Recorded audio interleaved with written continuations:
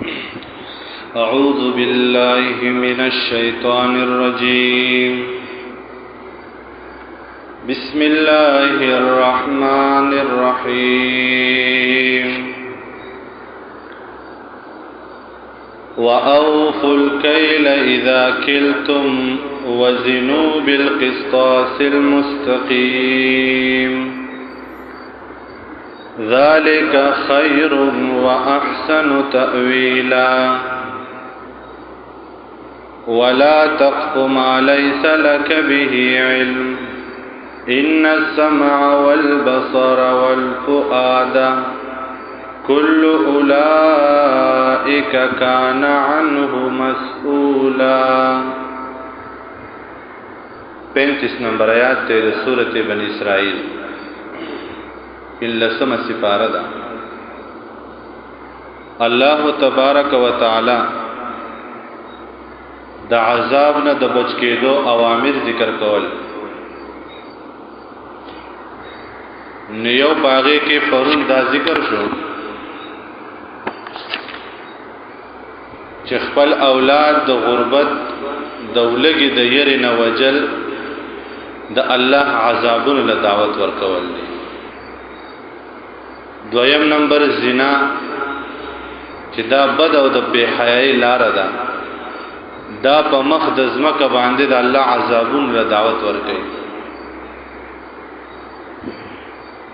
او دریم نمبر د یتیم مال هغه خوړل، دې باندې د الله تعالی عذابونه په بندګانو را نازلېږي. دلته کې الله تبارک وتعالى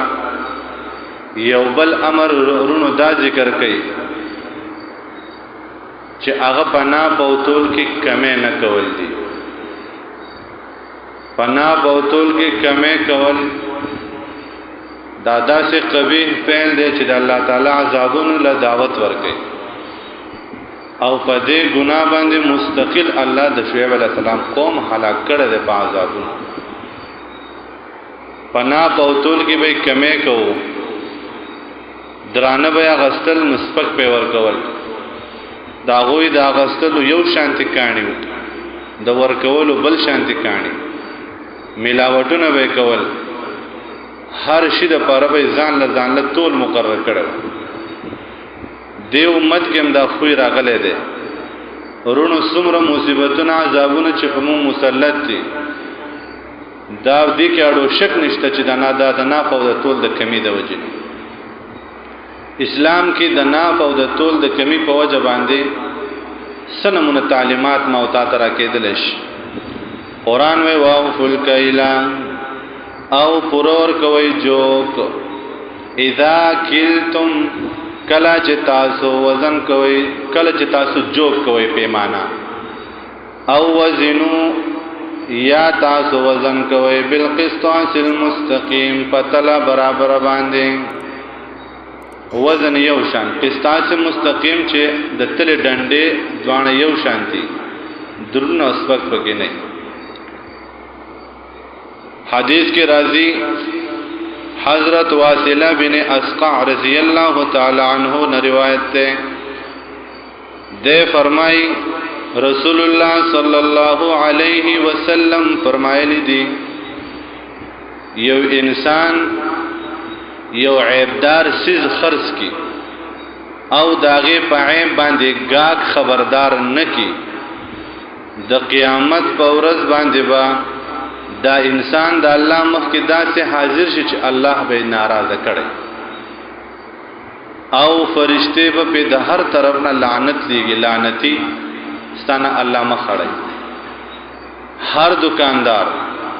چې هغه د چن پیسو د پاره، هر تاجر چې هغه د چن سکو د پاره او د چن ګټه د پاره ګندش ور کوي، خاص ور کوي، وای مړه وزي چانس پکې وزي ما په مور کړی دي، ته ولې اخلي دا چې ته اخلي نو ته لازم په بل خرڅه، ته چې پیسې ورکې نو ایمال صحیح شی راکړه. نو وګوره مسلمانانو، کوم د گاډو د فروټ خرڅولو والا حضرات دا همیشه په پرنټ باندې یو شانته میوه یخو دي او داغه نشاته بل شانتي اخو نو کګه کراشي او مال دغه راکا زه خو پیسې د تول مطابق صحیح در کومه نو ګاګ په یو دان راخلی دیو په کې دوتري نور ورمنډي چرته کې یو سړی هم د خپل ګاګ په مرزه باندې نور کوي دا ګاډي والا او دا فروټ والا چې دا فروټ اغست دي نو ټیکتا دا بتالي پکې صادر کړي خوستانه به پیسې هم د اسقاو کمی اغستی ته چې ګاګ ورکه ته ول به په صحیح ریټ باندې اسقا ورکه او تاسو بلندري دنیا داسې کیسونه خلکو لیدل دي په موبایل نن سبا موبایل د دور دی چې په تیلې کې یو شان دی خو دی او چې کله هم ګاګ لتلی نه غ تیلې بدل کی هغه شته پټکی دی او بل ورکی دا دنیا خلکو لیدل دي داسې انسان داسې تاجر د قیامت په ورځ باندې با الله دنه مخ اړولای او د هر طرفه به فرشته په د باندې لعنت وای داسې مکوا دویم نمبر ابو هريره رضی الله تعالی عنہ فرمایرونو وای رسول الله صلی الله علیه وسلم په بازار کې د یو تاجر د غلی په ډیری باندې تیر شو نو نبی علیہ الصلوۃ والسلام د خپل لاس پاغه غلب هغه ډیری کورمنډو نو د مینځ نه یې لمدې دانې راوچت کړې نا تاجر ته وای داسې دی اے د الله رسوله دا به باران شوه دی نو چې باران په شوه دی نو د لمدې دانې بهر طرف تراو باسه چې ګاګ ته د عیب کار شي کنه نن سبا وګور مسلمانانو په دې حرامي توبونو باندې د شعیب علیہ السلام قوم تبا شوه زما استاد پیازو تاجران ډیلران چې کله هم د ستلو بوري د خلی پورې ډکه کی مزدور ته وای سیمپل راغونډی کا هغه وګرځي او په ثابت د پیازو په ډیری کې د سر غوټه راوایلی او په جال باندې خبا قاعده د منافقت سیمپل جوړ کی او په هغه بوري کې دوه درې نه جوړی کی او دا په ټرک کې سیمپل کې چې دا په منډای کې زر کولاوش لاندې په بوري کې وې کچه وړې وړې دانې خودي او جال او سر به ول د سیمپل جوړ کړي دا ظلم دی دا انتهائی منافقت دی د چن پیسو د پاره دا چې تاجر به همیشه ذلیل او رسوای نبی علیہ الصلوۃ والسلام منع فرمایلی دا شلتالان والا لاندې به خاصه بیکار اشنه دانې خودي سر کې به ولد ولینا بهترین دانې خودي چې دا منډای والا کولاو کې چې پته لګي چې دا ټول داسي دا هر حرامي توب دا په هر تاجر کې دا چې ذلیل او رسوایو دا چې مصیبتونه په موږ باندې مسلط دي رونو دا چې د حکمرانانو په موږ باندې دا واګی را ټیټ کړی دي د دې غټه وجم دغه دا د عذابونو دراتلو لوی سبب دا دی مونږ وایو حکومت ظالم دی حکومت نه دی ظالم اعمالکم امارکم تاسو عملونه پتاسو باندې حکمرانان دي محبوب علیہ السلام فرمایي دریم نمبر حدیث معاذ ابن جبل رضی اللہ تعالی عنہ فرمایي وایکم تاجران چې سشه اخلی او خرسینو دروغ بنوي دروغ په خپل تجارت کې نه وي دویم نمبر چې د دې تاجر سره د دې دکاندار سره د دې سوداګر سره څوک امانت کړي دې بداغه امانت حفاظت کوي نن سبا دور د تاجر سره امانت کړي د برستاغه شیخ خرڅ کړي دا ډووي نه چې لکه دما چا زما سره امانت ته خو دې نبی علیہ الصلوۃ والسلام فرمایلی دي چې تاجر په خپل تجارت کې دروغ نه وي او د امانت شی باندې خرڅي دا ظلم دی دویم نمبر په خپل کاروبار کې بدن نه د دروغ قسمونه نه خوري څومره تاجران چې نن سبا اغستل خرڅول کوي نیم په نیمه دروغ وي قسمونه خوري قرانونه خوري په دغه نه ده شوی دا دروغ دي ښا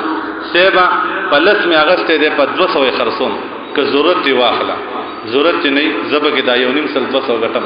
1000 روپے پکې غټمه مال چا اشرا کړ دې زې په 3000 خرڅون اخلي والا دروغ نه وي نو دا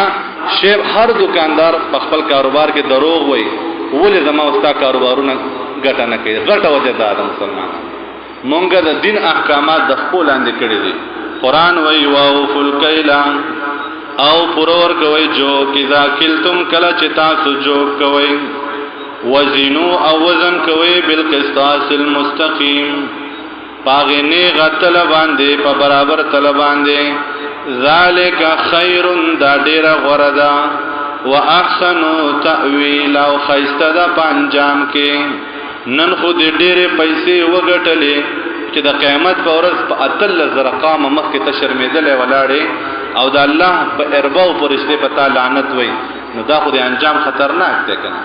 واحسن نو پنا پوتول کې کمه نکول واحسن تاویل دا خیسته انجام دی بل نمبر الله تعالی ذکر کوي امر ولا تقف او مور پسې کېږي ما پاغ سپسې لیس لک به علم چنه تعالی پاغي باندې پوا نن سبا هر سړی په غیر د علم نه 22 ګریډ افسر دی په هر کار پويږي په هر کار کې د انټرست دی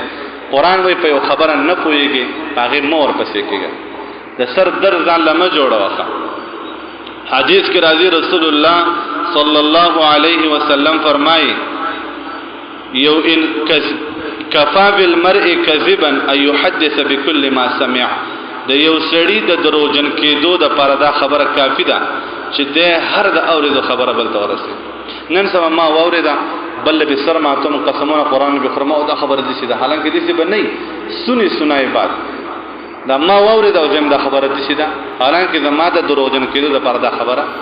کافی ده نو چې په کم کار او خبره باندې نه خوېږي پاغه به مور بسېږي قرآن منع فرمایلی دا ولی ان السماع یقینا غوغنا والبصر واسترگی والفؤاد اوزړو كل اولئک کان عنه مسئولا ټول د دین با د قیامت پر ورځ تپوس کیږي ساده غوغونو هم تپوس کیږي د سترګو په باره کې هم تپوس کیږي او استاد زړه په باره کې هم تپوس کیږي بل د عذاب د نراتو د مخنیوي د پاره قران وای ولا تمشي او مگر ذا فل ارض فزمک کې مرحا په تکبر سرا په غرور او خلوی سره مگر ذا انک لن تخرق الارض یقینا تنشي سر ولزمک ولن تبلغ الجبال طولا او تنشر سیده غرونو ته په دنګوالی سره باز انسان پزماکه باندې رواني نخپل جامع خلقو ته خي خپل کردار خلقو ته خي خپل پرسنالټي خلقو ته خي داستا په دې ځمکه ګرځیدل په غرور سره دا ته اسمانونو ته نشي رسولای دا ته چې په تکبر سره په ځمکه ګرځي ته په دې باندې ځمکه نشي سرولای عاجزي لوی بادشاہي ده محبوب علی سمره چې په دنیا کې عظیم شخصیات تیر شوی دي او نوم ناموس وړه ده دا ټول د عاجزۍ نه کار اغسته دي رسول الله صلی الله علیه وسلم فرمایي د بنده تعلق د دوو زنجیرونو سره ده کله چې د عاجزي کوي اسمان والا زنجیر ځان ترا کوي مطلب د مرتبه ورو چتی او کله چې انسان تکبر کوي نظم کې والا زنجیر ځان ترا کوي قران همدغه وی ولا تمشي فی الارض مرحا پزماکه باندې په تکبر سره مګردا همیشه په هر محل او په هر مجلس کې خپل لاندې خبره خپل کمزوري راي ځان د خلقونه لاندې حساب کا ځکه من تواضع لله رفعه الله چا چې ځان لاندې وګڼو الله به اوچت کی ولا تمشي في الارض مرحا او مگر ذا پزمکه کې په تکبر سره انک لن تخرق الارض یقینا تهچر نشي سر ول ازمکا ولن تبلغ الجبال طولا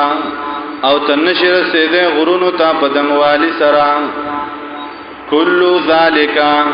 طول دا کارونا کان دی سیئوہو دیر ناکارا